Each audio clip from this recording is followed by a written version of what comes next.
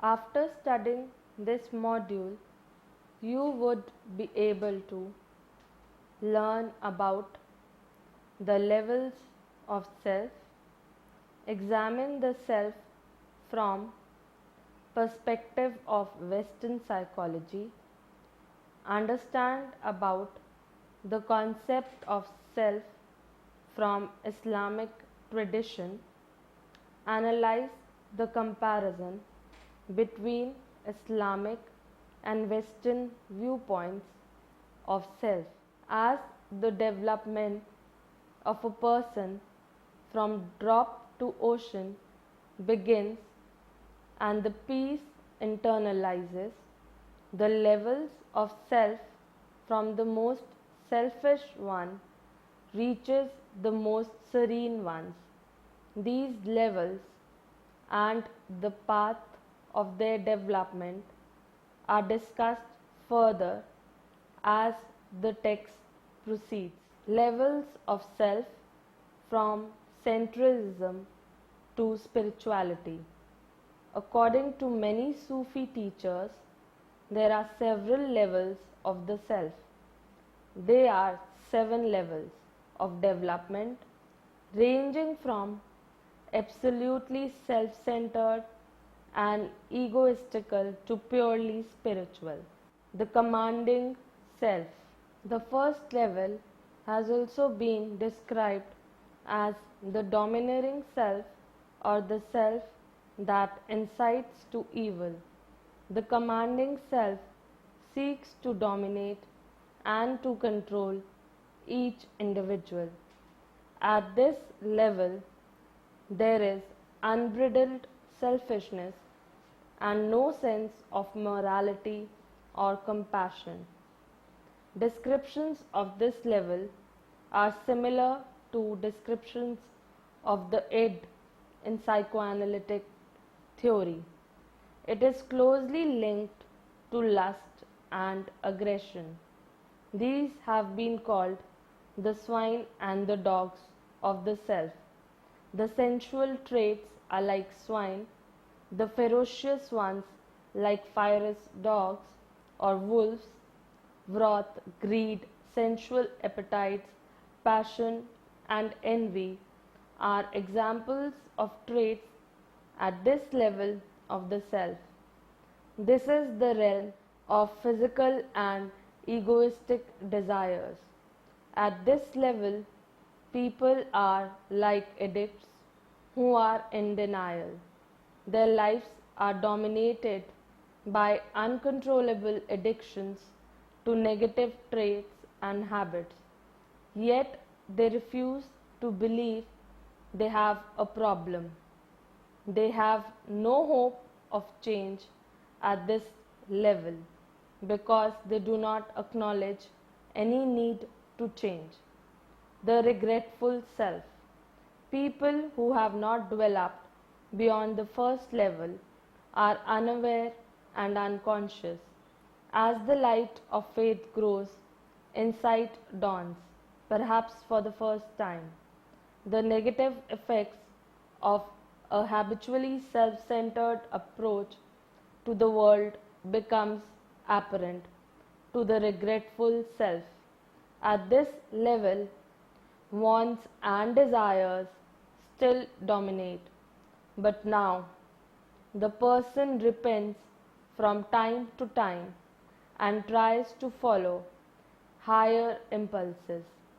At this second level, people do not yet have the ability to change their way of life in a significant way. However, as they see their faults more clearly, their regret and desire for change grows. At this level, people are like addicts who are beginning to understand the pain they have caused themselves and others. The addiction is still far too strong to change. That requires far stronger medicine. The inspired self.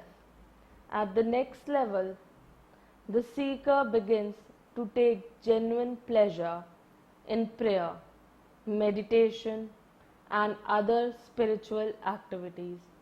Only now does the individual taste the joys of spiritual experience. Now the seeker is truly motivated by ideals such as compassion, service, and moral values. This is the beginning of the real practice of Sufism. Before this stage, the best anyone can accomplish is superficial, outer understanding and mechanical outer worship. Though one is not free from desires and ego, this new level of motivation and spiritual experience significantly reduces the power of these forces for the first time. What is essential here is to live in terms of higher values. Unless this new motivation becomes part of a way of life, they will wither and die away. Behaviors common to the inspired self include gentleness, compassion, creative acts, and moral actions.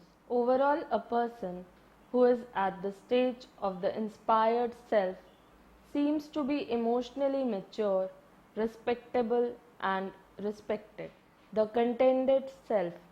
The seeker is now at peace. The struggles of the earlier stages are basically over. The old desires and attachments are no longer binding.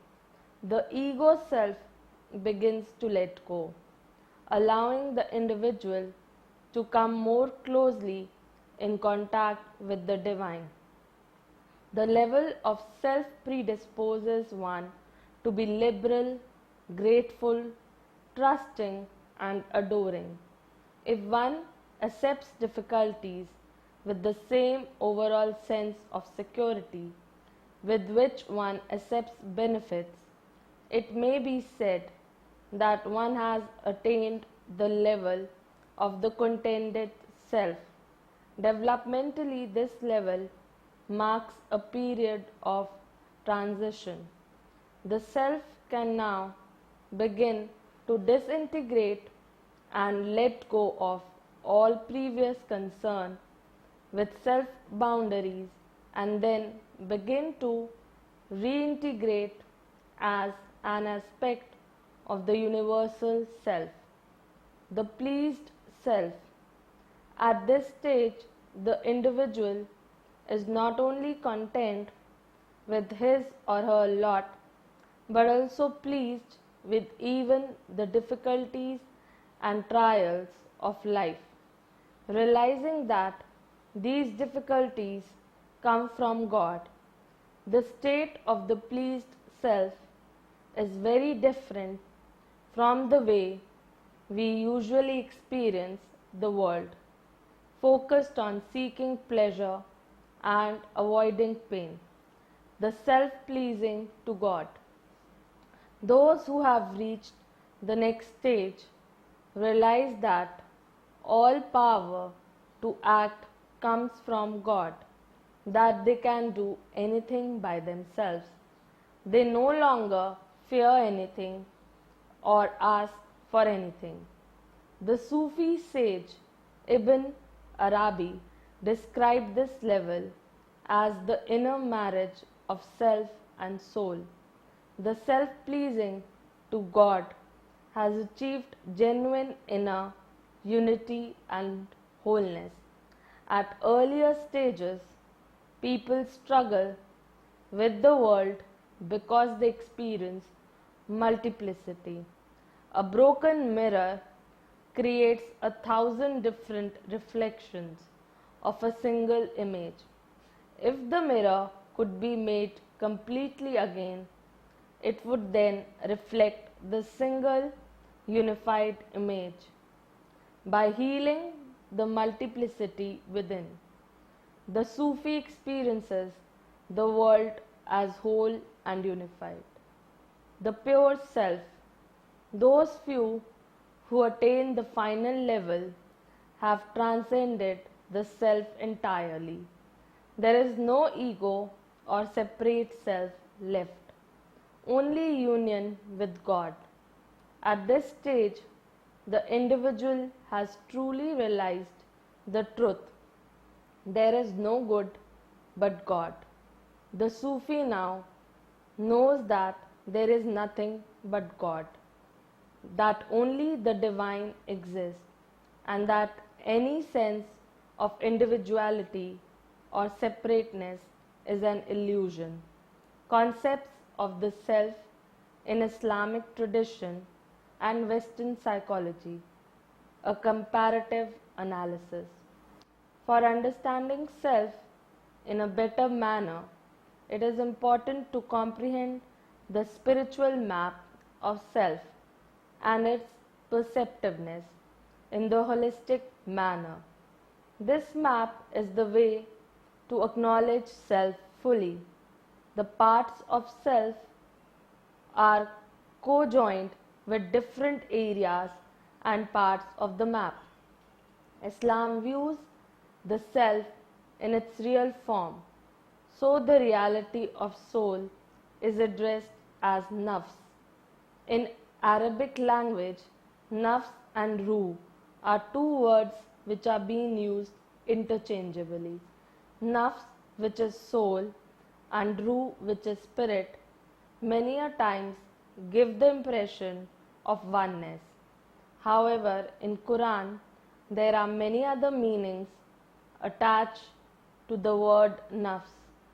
It is not only related to soul but also to self or even functions of self.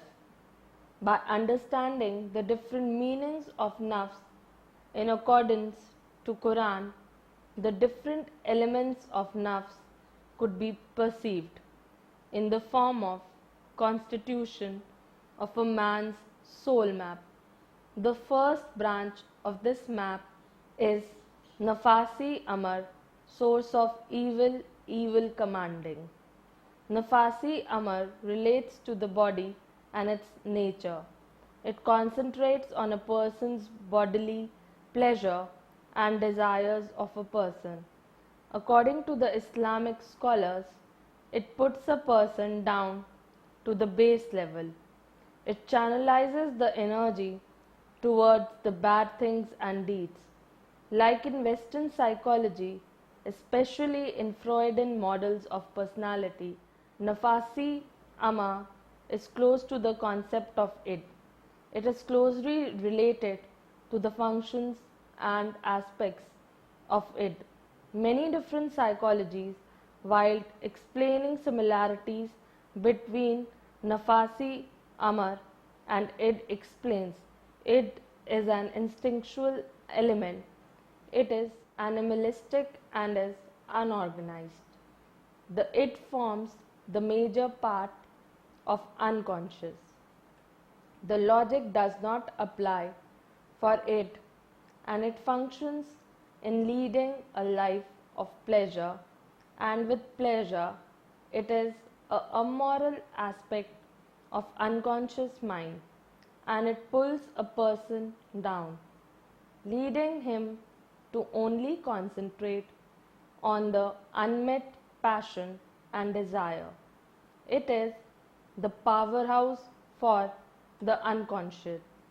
But this powerhouse only supplies energy to fulfill instincts and wishes. It always wants an immediate gratification, and it is demanding without having sense of reality. It contains the repressed ideas and needs, but not everything is repressed in it. Nafasi Amar also leads a man to the downfall, as it only concentrates on fulfilling the bodily needs and desire. In Quran, it is seen as having an evil nature. The difference in case of Nafasi Amar is that in Quran, Nafasi Amar has two functions which leads to different directions. The first one, where the nafs is active, is called as nafs hawa, in other words, passions. The second one, where the nafs is passive and is in control of Satan or evil spirit. Nafs or self, which is referred to as ego. The second element of the map is nafs, as the quintessence of a person. It is also called zat. It is the essence of self. In Islam, nafs is also used as a synonym to self-consciousness. Self does not develop aloof. It is in constant contact with the body, intellect, heart, and Satan. Therefore, both evil and angel surround self. Islamic scholars believe that self and the spiritual form of self could be formed even in emptiness and closet. It is connected to the parts of the body and is departed by the bodily parts. It has the ability to discriminate between the I and the world. This self filled with consciousness is only existent in humans. This consciousness of self has not been created in animals.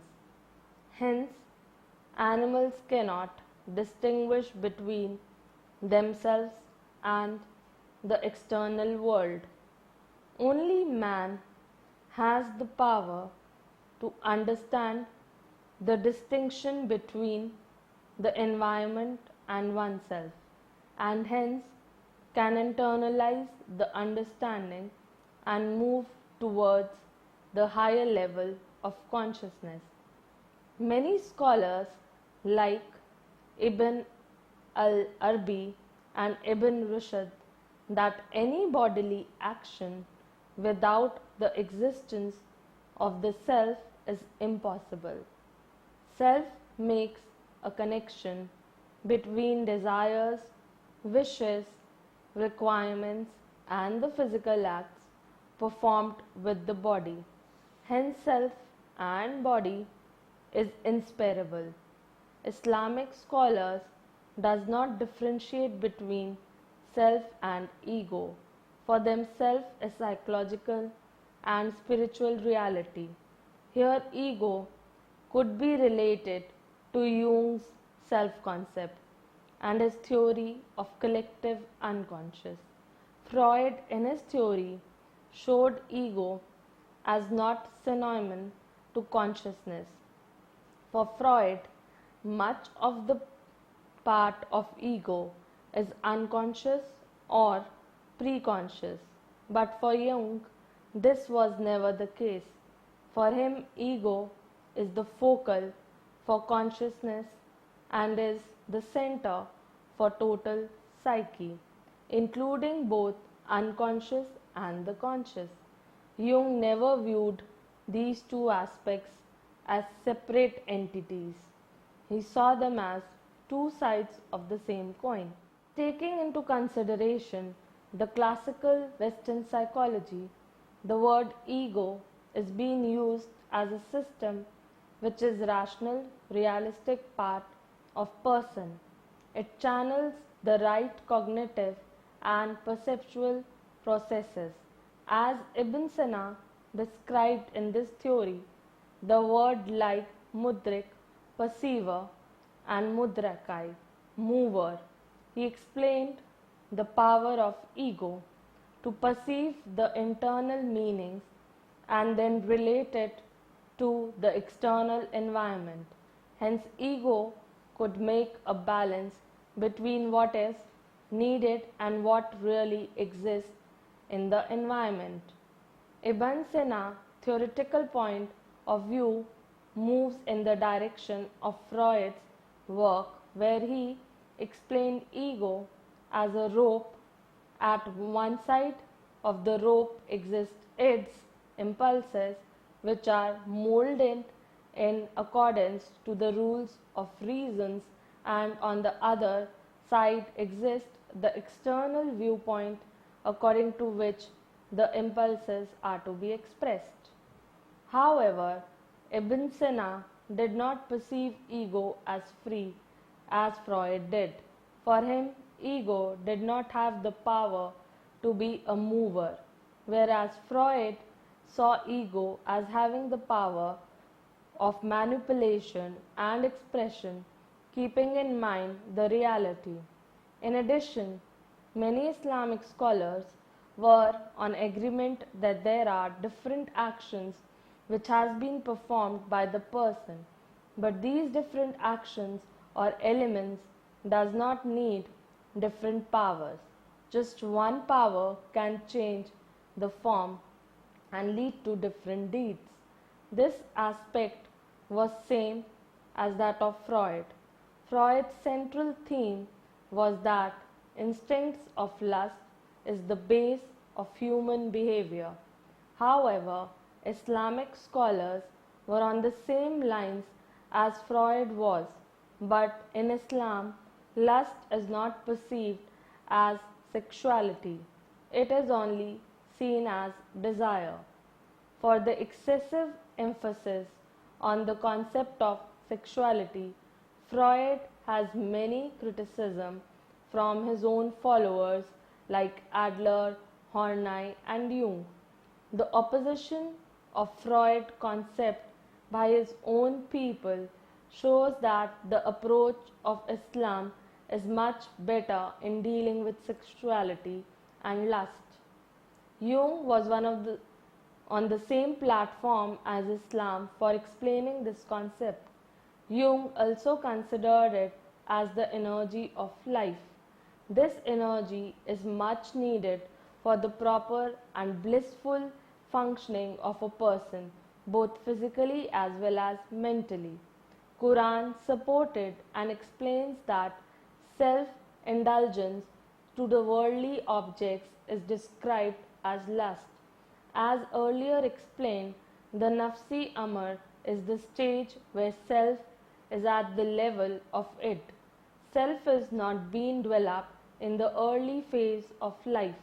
However, with the developmental levels, the self also improves its skills and functioning, and now the ego takes control of the id or nafsi amar. It is this time that the ego starts keeping an eye on the wishes of nafsi amar and opposes it. Ego begins to discipline id according to certain rules and concepts laid by religion, morality, and surroundings. According to Quran, after this point, superego shapes, but for shaping of superego, it is important that nafsi lawam, superego dominates nafs. Nafsi lawam, superego. The third building block of this map is nafsi lawma, which also means blaming evil. Here, the nafs keeps away from the evil. Also, it tries to remove these evils. It is called nafsi lawm, as the nafs blames itself if the wrongdoing are not being controlled.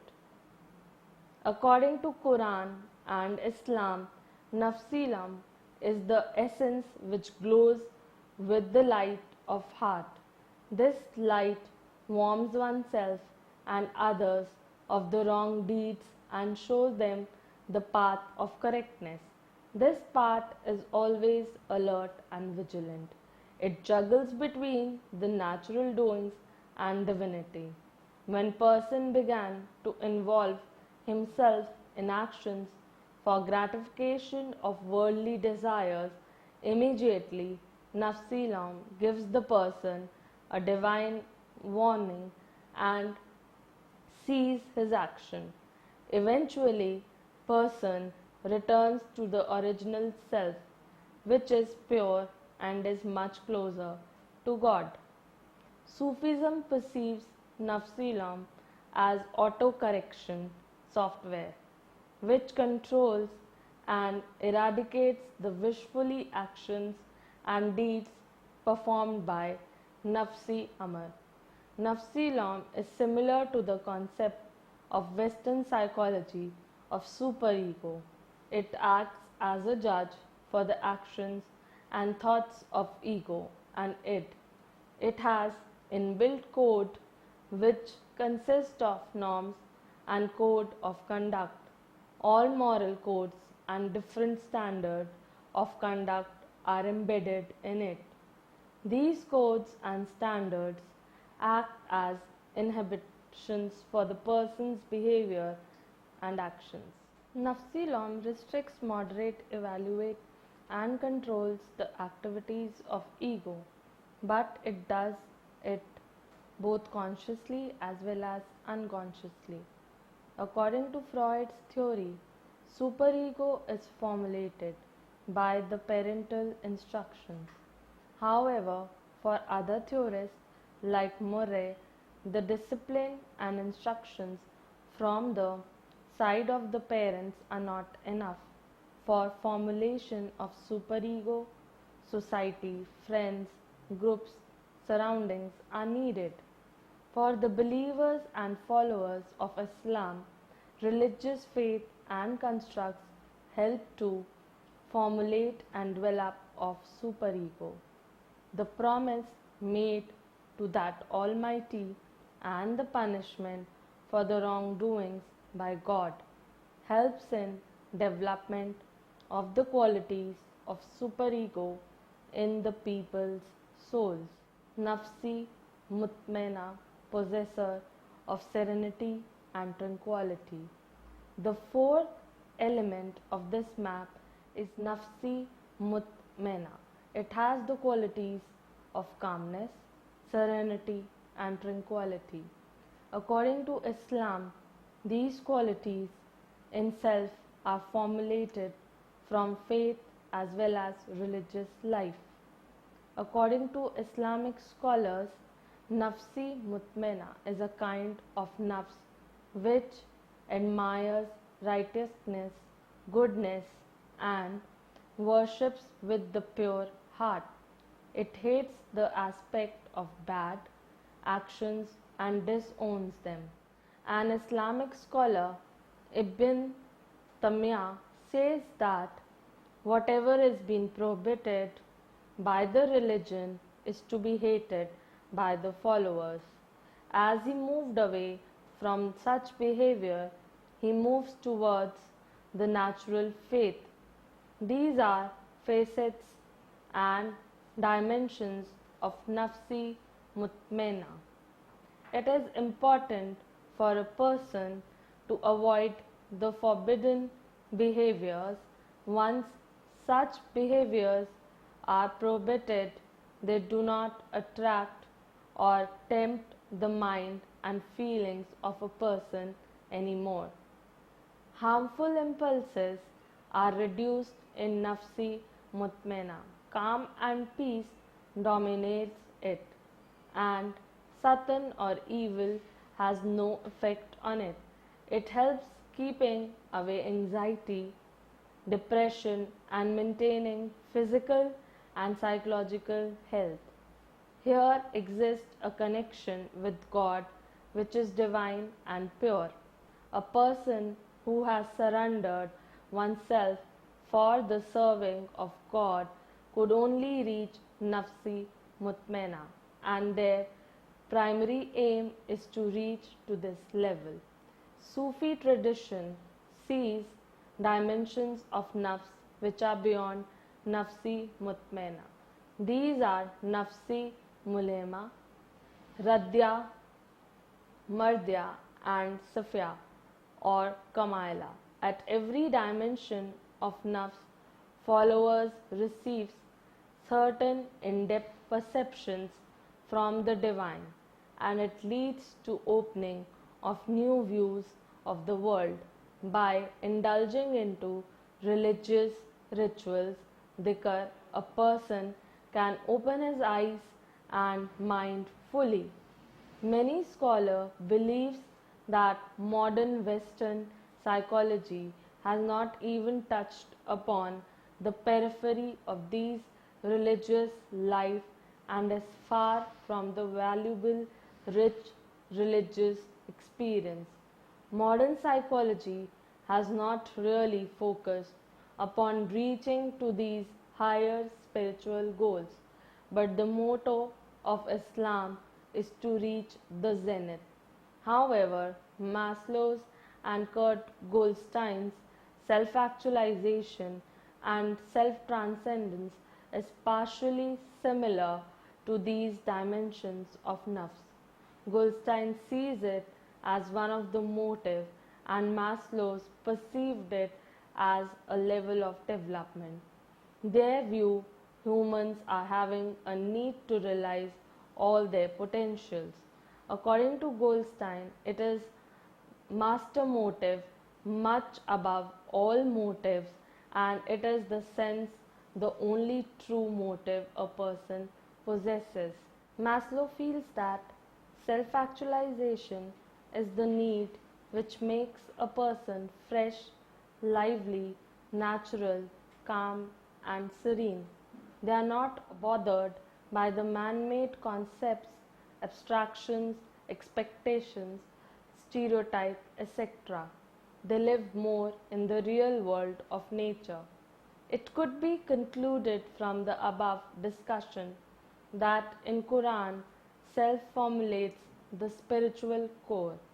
It has the capability and capacity to improve, grow, and progress. All religious facets are related to self or its parts. However, for Western psychology, the aspect of the higher levels of self are being discussed about. There are both overlaps and contradictions in the idea of the self, but the divinity is still out of reach for the system under Western psychology.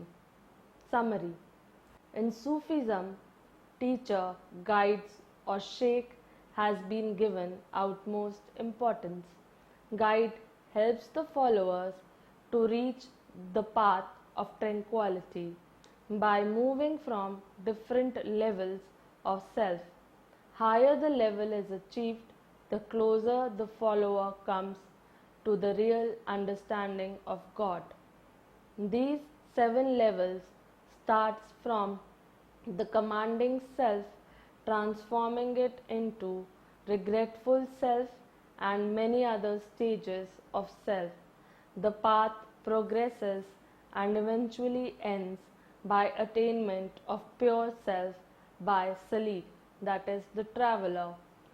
Self from the viewpoint of Islam and Sufism could lead to better understanding only when it is contrasted with the Western viewpoints of psychology, leading to better understanding of both the similarities and contradictions between the two. The element of self as being mentioned in Islam are much related to the concept of Freud, his model of mind, Jung, theoretical viewpoints, Rollo and Peck dynamic concepts, and Maslow's and Goldstein's theoretical dimensions. The critical analysis of both viewpoints leads to clearer and better understanding of the self.